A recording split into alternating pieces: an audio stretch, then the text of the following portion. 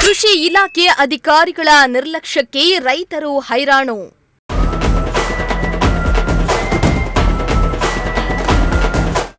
ಬೆಳೆ ಸಮೀಕ್ಷೆಯ ವಿರುದ್ಧ ಮಂಜು ದೇವ್ ಹುಲ್ಲಹಳ್ಳಿ ಆಕ್ರೋಶ.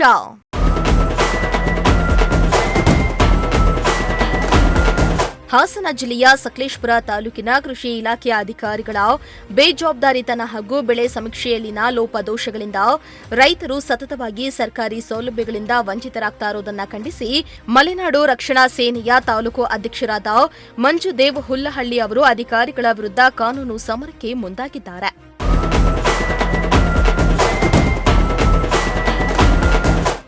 ಇನ್ನು ಮಾಧ್ಯಮದ ಮುಂದೆ ಮಾಹಿತಿಯನ್ನ ನೀಡಿ ಮಾತನಾಡಿದ ಅವರು, ಹುಲ್ಲಹಳ್ಳಿ ಗ್ರಾಮ ಸರ್ವೆ ನಂಬರ್ 76ರ ಪಹಣಿಯಲ್ಲಿ ಬಹಳ ಹಿಂದಿನಿಂದಲೂ ಅಡಿಕೆ ಬೆಳೆ ಎಂದು ನಮೂದಾಗಿದ್ದು, ಇದು ತಾಲೂಕಿನಲ್ಲಿಯೇ ವಿಶೇಷ ಗುರುತು ಹೊಂದಿದ್ದು, ಆದರೆ ಕಳೆದ 2 ವರ್ಷಗಳಿಂದ ಬೆಳೆ ಸಮೀಕ್ಷೆ ನಡೆಸುವ ಅಧಿಕಾರಿಗಳ ಎಡವಟ್ಟಿನಿಂದಾಗಿ ಅಡಿಕೆ ತೋಟವನ್ನ ಹೈಬ್ರಿಡ್ ಭತ್ತ ಎಂದು ದಾಖಲಿಸಲಾಗಿತ್ತು. ಇದರಿಂದಾಗಿ ರೈತರು ಸರ್ಕಾರದ ಅನುದಾನ ಹಾಗೂ ಬೆಳೆ ವಿಮೆಯಿಂದ ವಂಚಿತರಾಗಿದ್ದರು. ಈ ಗಂಭೀರ ವಿಷಯವನ್ನ ಮಂಜುದೇವ್ ಅವರು ಕಂದಾಯ ಸಚಿವರ ಗಮನಕ್ಕೆ ತಂದಾಗ ಸಚಿವರು ಇನ್ನು ಮುಂದೆ ಇಂತಹ ತಪ್ಪುಗಳು ಮರುಕಳಿಸದಂತೆ ಅಧಿಕಾರಿಗಳಿಗೆ ಕಟ್ಟುನಿಟ್ಟಿನ ಎಚ್ಚರಿಕೆಯನ್ನ ನೀಡಿದ್ದಾರೆ. ನಮಸ್ತೆ ಸ್ನೇಹಿತರೆ, ನಾನು ಮಂಜುದೇವ್ ಹುಲ್ಲಹಳ್ಳಿ, ಮಲೆನಾಡು ರಕ್ಷಣಾ ಸೇನೆಯ ಸಕಲೇಶಪುರ ತಾಲೂಕು ಅಧ್ಯಕ್ಷರಾಗಿರ್ತೀವಿ. ಇವತ್ತು ನಾನು ಈ ವಿಡಿಯೋ ಮಾಡ್ತಿರ್ತಕ್ಕಂಥ ಉದ್ದೇಶ ಏನಪ್ಪಾ ಅಂದ್ರೆ, ಕೃಷಿ ಇಲಾಖೆ ವತಿಯಿಂದ ವರ್ಷಕ್ಕೊಮ್ಮೆ ನಡೆಸ್ತಕ್ಕಂಥ ಈ ಬೆಳೆ ಸಮೀಕ್ಷೆ ಏನಿರುತ್ತೆ, ಅದರಿಂದ ಏನಾದ್ರೂ ಸಮಸ್ಯೆ ಆದಾಗ, ಅಂದ್ರೆ ರೈತರುಗಳಿಗೆ ಏನಾದ್ರು ಸಮಸ್ಯೆ ಆದಾಗ ನಮ್ಮ ಈ ಕೃಷಿ ಇಲಾಖೆಯ ಅಧಿಕಾರಿಗಳು ಯಾವ ರೀತಿಯಾಗಿ ಬೇಜವಾಬ್ದಾರಿತರನ್ನ ಪ್ರದರ್ಶಿಸ್ತಾರೆ ಅನ್ನೋದಕ್ಕೆ ಇದೊಂದು ನಿದರ್ಶನ ಅಂತಾನೆ ಹೇಳ್ಬೋದು. ವಿಷಯ ಏನಪ್ಪಾ ಅಂದ್ರೆ, ಈ ಹುಲ್ಲಹಳ್ಳಿ ಗ್ರಾಮದಲ್ಲಿ ನಮ್ದು ಸರ್ವೆ ನಂಬರ್ 70ರಲ್ಲಿ ಒಂದು 4 ಎಕರೆ ಅಡಿಕೆ ತೋಟ ಇರುತ್ತೆ. ಆ ಅಡಿಕೆ ಬೆಳೆ ಈ ನಮ್ಮ ಕಸಬಾ ಹೋಬಳಿಯಲ್ಲಿ ಪ್ರಪ್ರಥಮವಾಗಿ ಅಡಿಕೆ ಬೆಳೆ ಅಂತ ನಮೂದಾದಂತ RTC ನಮ್ದಾಗಿರುತ್ತೆ. ಅದಾಗ್ಯೂ ಕೂಡ ಈ 2 ವರ್ಷದ ಹಿಂದೆ ಬಂದಂತ ಒಬ್ಬ PR ಕೃಷಿ ಇಲಾಖೆ ವತಿಯಿಂದ ನೇಮಿಸಿರ್ತಾರೆ. ಆ PR ಅದನ್ನ ಹೈಬ್ರಿಡ್ ಭತ್ತ ಅಂತ ಹೇಳಿ ನಮೂದು ಮಾಡಿಟ್ಟಿರ್ತಾರೆ. ಅವ್ರು ಹಾಗೆ ನಮೂದು ಮಾಡಿದ್ರಿಂದ ಎಷ್ಟು ಸಮಸ್ಯೆ ಆಗುತ್ತೆ ಅಂದ್ರೆ, ನಮಗೆ ಸರ್ಕಾರದಿಂದ ಬರ್ತಕ್ಕಂಥ ಬೆಳೆ ವಿಮೆ, ಬೆಳೆ ಪರಿಹಾರ ಏನು ಬರೋದಿಲ್ಲ. ಅಲ್ಲಿಗೆ ಹೋದಾಗ್ಲೇ ನಮಗೆ ಅದು ವಿಚಾರ ಗೊತ್ತಾಗೋದು. ಹಾಗಾದಾಗ ನಾನೇನ್ ಮಾಡಿದೆ, ಈ ರೀತಿಯಾಗಿ ತುಂಬಾ ಜನ ರೈತರುಗಳಿಗೆ ಅನ್ಯಾಯ ಆಗಿರುತ್ತೆ ಅಂತ ಹೇಳಿ ಈ ವಿಚಾರನ ದೊಡ್ಡ ಮಟ್ಟಕ್ಕೆ ಮುಟ್ಟಿಸ್ಬೇಕು ಅಂತ ನಾನು ಸರ್ಕಾರಕ್ಕೆ ಪತ್ರ ಬರೆದೆ, ಮಾನ್ಯ ಕಂದಾಯ ಸಚಿವರಿಗೆ ಪತ್ರ ಬರೆದೆ. ಸರ್ಕಾರದ ಪ್ರಧಾನ ಕಾರ್ಯದರ್ಶಿಯಿಂದ ನನಗೆ ಒಂದು ಲೆಟರ್ ಬರುತ್ತೆ, ಏನೋ ಈ ನಿಮ್ಮ ಕಂಪ್ಲೇಂಟ್ ಸ್ವೀಕೃತ ಮಾಡ್ಕೊಂಡಿದೀವಿ, ಇದ್ರ ಬಗ್ಗೆ ನಾವು ವಿಚಾರ ಮಾಡ್ತೀವಿ ಅಂತ ಹೇಳಿ ಅವರೊಂದು ರೆಸ್ಪಾನ್ಸ್ ಮಾಡ್ತಾರೆ. ಆದರೆ ಸಚಿವರ ಸೂಚನೆಯ ಹೊರತಾಗಿಯೂ ಈ ಬಾರಿ ಅಧಿಕಾರಿಗಳು ಮತ್ತೊಂದು ಎಡವಟ್ಟನ್ನ ಮಾಡಿದ್ದಾರೆ. ಕಳೆದ ಬಾರಿ ಭತ್ತ ಎಂದು ನಮೂದಾಗಿದ್ದ ಜಾಗದಲ್ಲಿ ಈ ಬಾರಿ ವೇಸ್ಟ್ ಲ್ಯಾಂಡ್ ಎಂದು ದಾಖಲಾಗಿರುವ ಮೂಲಕ ರೈತರಿಗೆ ಮತ್ತೊಮ್ಮೆ ಅನ್ಯಾಯ ಮಾಡಿದ್ದಾರೆ. ಈ ಬಗ್ಗೆ ಸರಿಪಡಿಸುವಂತೆ ಮನವಿಯನ್ನ ಸಲ್ಲಿಸಿದ್ರೂ ಕೃಷಿ ಅಧಿಕಾರಿಗಳು ಯಾವುದೇ ಸ್ಪಂದನೆಯನ್ನ ನೀಡದೆ ಮನಸೋ ಇಚ್ಛೆ ಕೆಲಸ ನಿರ್ವಹಿಸುತ್ತಿದ್ದಾರೆ ಎಂದು ಮಂಜುದೇವ್ ಆಕ್ರೋಶವನ್ನ ವ್ಯಕ್ತಪಡಿಸಿದ್ದಾರೆ.